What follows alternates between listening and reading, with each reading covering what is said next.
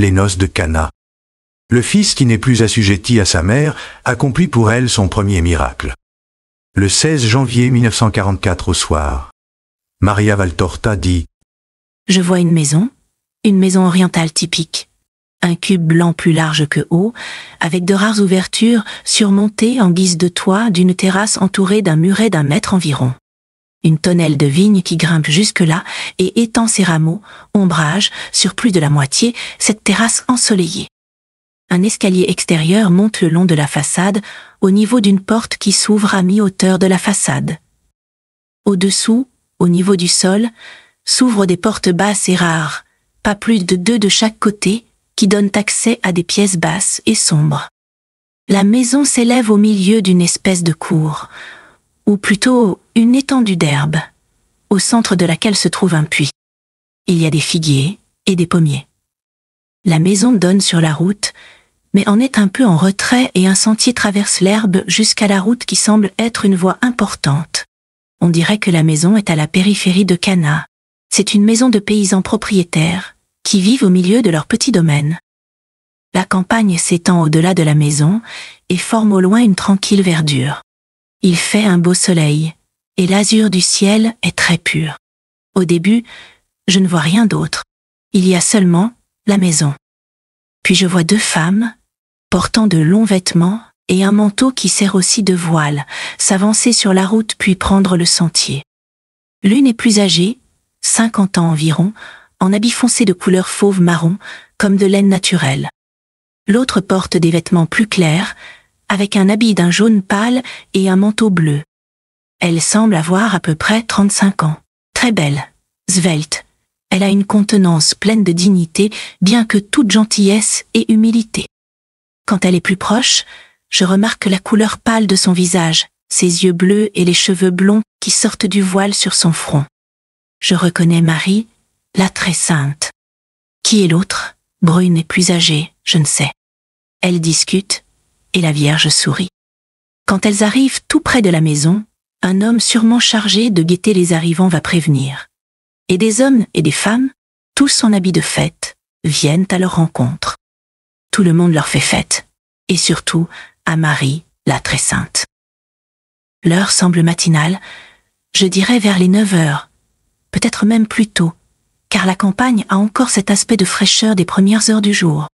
Il reste de la rosée qui rend l'herbe plus verte, et la poussière n'obscurcit pas encore l'air. La saison me paraît printanière, car l'herbe des prés n'est pas brûlée par le soleil d'été, et dans les champs, les blés sont en herbe, sans épis, tout verts. Les feuilles du figuier et du pommier sont vertes, et encore tendres, et la vigne de même, mais je ne vois pas de fleurs sur le pommier, et pas davantage de fruits, ni sur le figuier, ni sur la vigne. C'est que le pommier a déjà fleuri depuis peu, mais on n'en voit pas encore les petits fruits. Marie, très fêtée et accompagnée par un homme âgé qui doit être le maître de maison, gravit l'escalier extérieur et pénètre dans une grande salle qui paraît occuper tout l'étage, ou du moins une grande partie. Je crois comprendre que les pièces du rez-de-chaussée sont les vraies pièces d'habitation, les garde-manger, les débarras et les celliers. Et que l'étage est réservé à des usages spéciaux comme des fêtes exceptionnelles, ou à des travaux qui demandent beaucoup de place, ou encore à l'entreposage de produits agricoles. Pour les fêtes, on la débarrasse et on l'orne, comme aujourd'hui de branches vertes, de nattes, de tables garnies. Au centre, il y en a une très riche, avec déjà des amphores et des plats garnis de fruits posés dessus. Le long du mur, à ma droite, se trouve une autre table garnie, mais moins richement. À ma gauche, une sorte de longue crédence porte des plats de fromage et d'autres aliments qui doivent être des galettes couvertes de miel et de friandises. Par terre, toujours près de ce mur, d'autres amphores et 3 grands vases en cuivre, plus ou moins en forme de broc. Pour ma part, je les appellerais des jarres. Marie écoute avec bienveillance ce que tous lui disent, puis, gentiment, elle enlève son manteau et aide à terminer les préparatifs pour la table. Je la vois aller et venir, arranger les lits de table, redresser les guirlandes de fleurs, donner meilleur aspect aux coupes de fruits, veiller à ce que les lampes soient garnies d'huile. Elle sourit et parle très peu et à voix très basse. En revanche, Elle écoute beaucoup. Et avec quelle patience! Un grand bruit d'instruments de musique peu harmonieux, en vérité, se fait entendre sur la route. Tout le monde, à l'exception de Marie, court dehors. Je vois entrer l'épouse toute parée et heureuse, entourée de parents et d'amis, à côté de l'époux qui, le premier, s'est précipité à sa rencontre. Il se produit alors un changement dans la vision. Au lieu de la maison, je vois un village. Je ne sais si c'est Cana ou une autre bourgade voisine. Je vois aussi Jésus avec Jean et un autre qui pourrait être Jude, mais pour ce dernier, je pourrais me tromper. Pour Jean, je ne trompe pas. Jésus est vêtu de blanc et porte un manteau bleu foncé. En entendant le bruit de la musique, le compagnon de Jésus demande un renseignement à un homme du peuple, et en fait, part à Jésus. « Allons faire plaisir à ma mère, » dit Jésus en souriant. Il se met en route à travers champs avec ses deux compagnons, dans la direction de la maison. J'ai oublié de dire mon impression que Marie est, soit une parente, soit une grande amie des parents de l'époux. Cela se voit à sa familiarité. Quand Jésus arrive, le veilleur habituel prévient les autres. Le maître de maison, accompagné de son fils, l'époux et de Marie, descend à la rencontre de Jésus et le salue respectueusement. Il salue aussi les deux autres, et l'époux en fait de même. Mais ce qui me plaît, c'est le salut rempli d'amour et de respect de Marie à son fils, et réciproquement. Pas d'épanchement, mais un tel regard accompagne les mots de salutation. La paix soit avec toi. Et un tel sourire qui vaut 100 baisers et 100 embrassements. Le baiser tremble sur les lèvres de Marie, mais elle ne le donne pas. Elle pose seulement sa petite main blanche sur l'épaule de Jésus et effleure une boucle de sa longue chevelure. C'est la caresse d'une mère aimante, mais pudique. Jésus monte à côté de sa mère, suivi des deux disciples et du maître de maison. Et il entre dans la salle du banquet où les femmes s'activent à ajouter sièges et couverts pour les trois hôtes qu'on n'attendait pas, me semble-t-il. Je dirais que la venue de Jésus était incertaine et celle de ses deux compagnons absolument imprévue. J'entends distinctement la voix pleine, virile, très douce du maître dire en entrant dans la salle. « Que la paix soit dans cette maison, et la bénédiction de Dieu sur vous tous. » Cette salutation pleine de majesté s'adresse à toutes les personnes présentes. Jésus domine tout le monde par sa taille et son aspect. Il est un hôte, inattendu qui plus est, mais il donne l'impression d'être le roi de la fête, plus que l'époux, plus que le maître de maison. Tout en restant humble et avenant, c'est lui qui en impose. Jésus prend place à la table centrale avec l'époux, l'épouse, les parents des époux et les amis plus influents.